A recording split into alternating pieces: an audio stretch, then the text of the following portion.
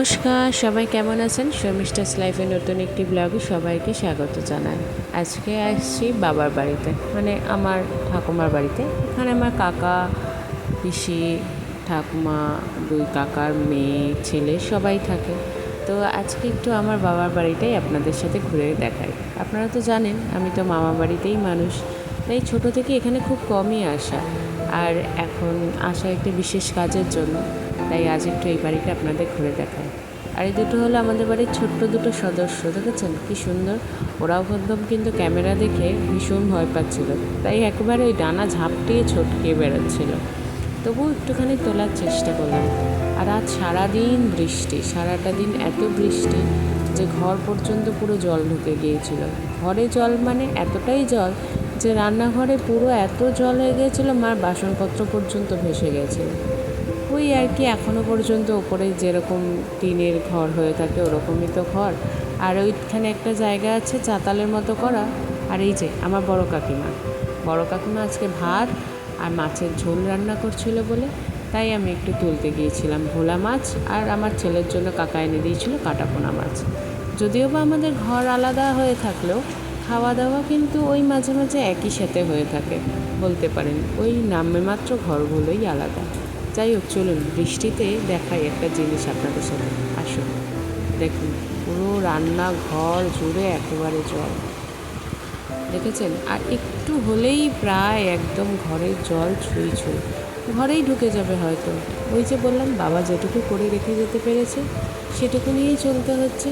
আশা খুব কম হয় এখানে, তাই আর কি। চলুন দেখাচ্ছি মা কীভাবে কাজ করছে জলের মধ্যে। তো রান্নাঘরটা দেখা জল হয়ে গেছে, কাউকে দেখাচ্ছে না, ভিডিও করছে, বলছে তোর রান্নাঘরটা জল হয়ে গেছে।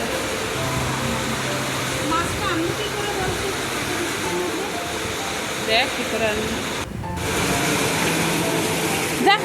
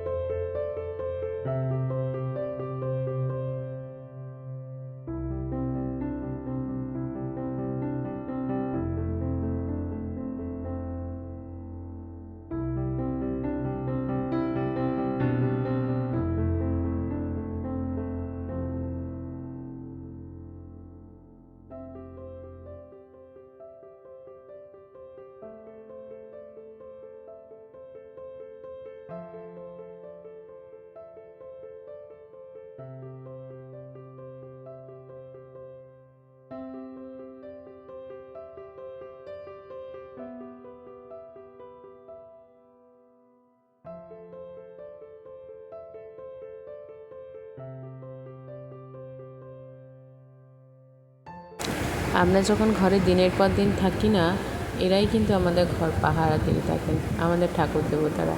কারণ ওই যে বললাম, বহুদিন পর পর আসা হয়, আর বাবা নেই বলে এখন আর তেমন একটা আসাও হয় না। মা শুধু গোপালকে সঙ্গে করে নিয়ে আসে, বাকি ঠাকুরগুলো এখানেই থাকে, তারা আমাদের ঘর পাহারা দেয়। আর কি করব বলুন, বাবা না থাকলে আর মনটা যে চায় না এই ঘর থেকে আসতে। আজও মনে হয় ওই সোফাটায় বুঝি এখনও বসে রয়েছে। ওই যে জল পুরো একদম ঢুকবে অবস্থা। তাই তাড়াতাড়ি করে মাকে বললাম খেয়ে নিতে, কারণ ঘরের মধ্যে যদি জল ঢুকে যায় তখন আর খেতে বসতে পারবো না নিচে। তার জন্য মাকে বললাম আগে ভাত বেড়ে খেয়ে নিই, তারপরে না হয় মা বাসনপত্র ধোবে, বা বৃষ্টি কমে গেলে জল একেবারেই নেমে যাবে। চলুন তবে খাওয়া দাওয়া সেরে নিই, তারপরে একটা মজার জিনিস দেখাবো এত জলের মধ্যেও।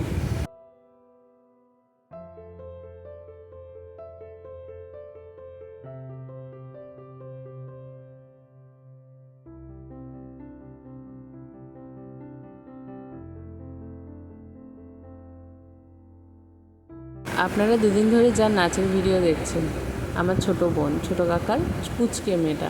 ওকে বললাম মা এখানে জল হয়েছে, দেখে যা কী করতে পারে। তাই দুজনে মিলে চলেছে আজকে নৌকো বানাতে। চলুন তবে আগে নৌকোটা ছেড়ে নিই, তারপরে আবার আপনাদের সাথে কথা বলছে। আর কার না ভালো লাগে বলুন তো এই ছোটোবেলার দিনগুলোকে একটু ফিরে পেতে।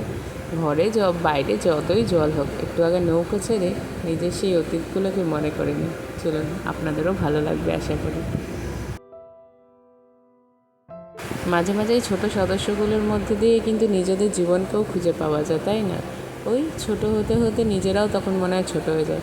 তাই খেয়ে দিয়ে উঠে সবার আগে বোনকে বললাম আগে দুজনে দুটো নৌকো বানিয়ে নিই। নৌকো বানিয়ে এখানে এতটাই জল হয়েছে, ছেড়ে একটু ভিডিও করে নিই, তারপরে না হয় আবার কিছু করা যাবে। চলুন তবে আগে নৌকোটা ছেড়ে নিই।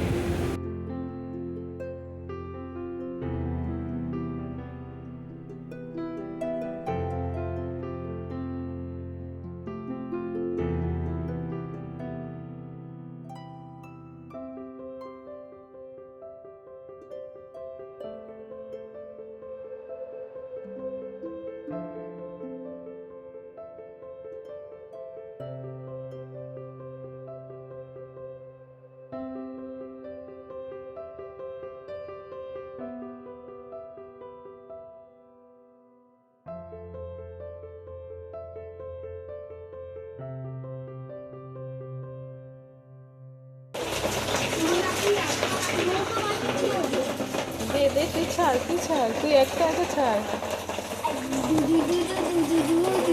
দাঁড়া ছেড়ে দে, চলে যাবে। ছেড়ে নে, জলে ঢুকিয়ে দিল। তুই নামিস না, শোনো।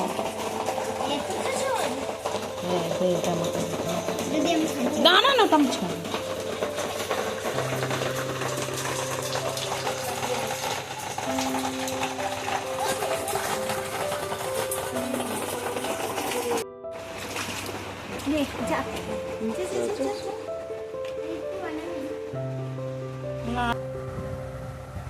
এবার বল, হ্যাঁ তো কি হয়েছে, খারাপটা কি?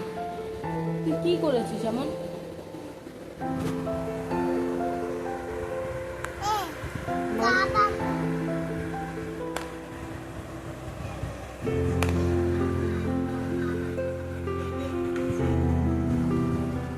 নে বল।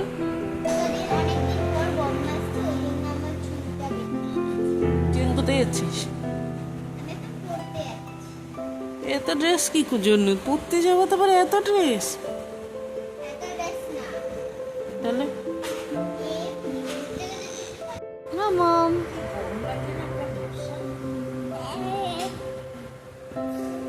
চলেন তবে রাতের একটু বন্ধুদের সাথে সময় কাটিয়ে তাদের সাথে একটু টাইম স্পেন্ড করা যাক এতদিন পর। তারপরে ভিডিওটা আজকের মতো এখানেই শেষ করি। আবার দেখা হবে আপনাদের সাথে। সবাই ভালো থাকবেন, সুস্থ থাকবেন। আর ভালো লাগলে অবশ্যই আমার চ্যানেলটা একটা সাবস্ক্রাইব করে একটা লাইক করে আমার পাশে থাকবেন। Thank you. সবাই ভালো থাকবেন আর সুস্থ থাকবেন। টাটা। আবার দেখা হবে নতুন কোনো ব্লগে। কি নিবি? ছোট বল। এদিকে দেবো, এদিকে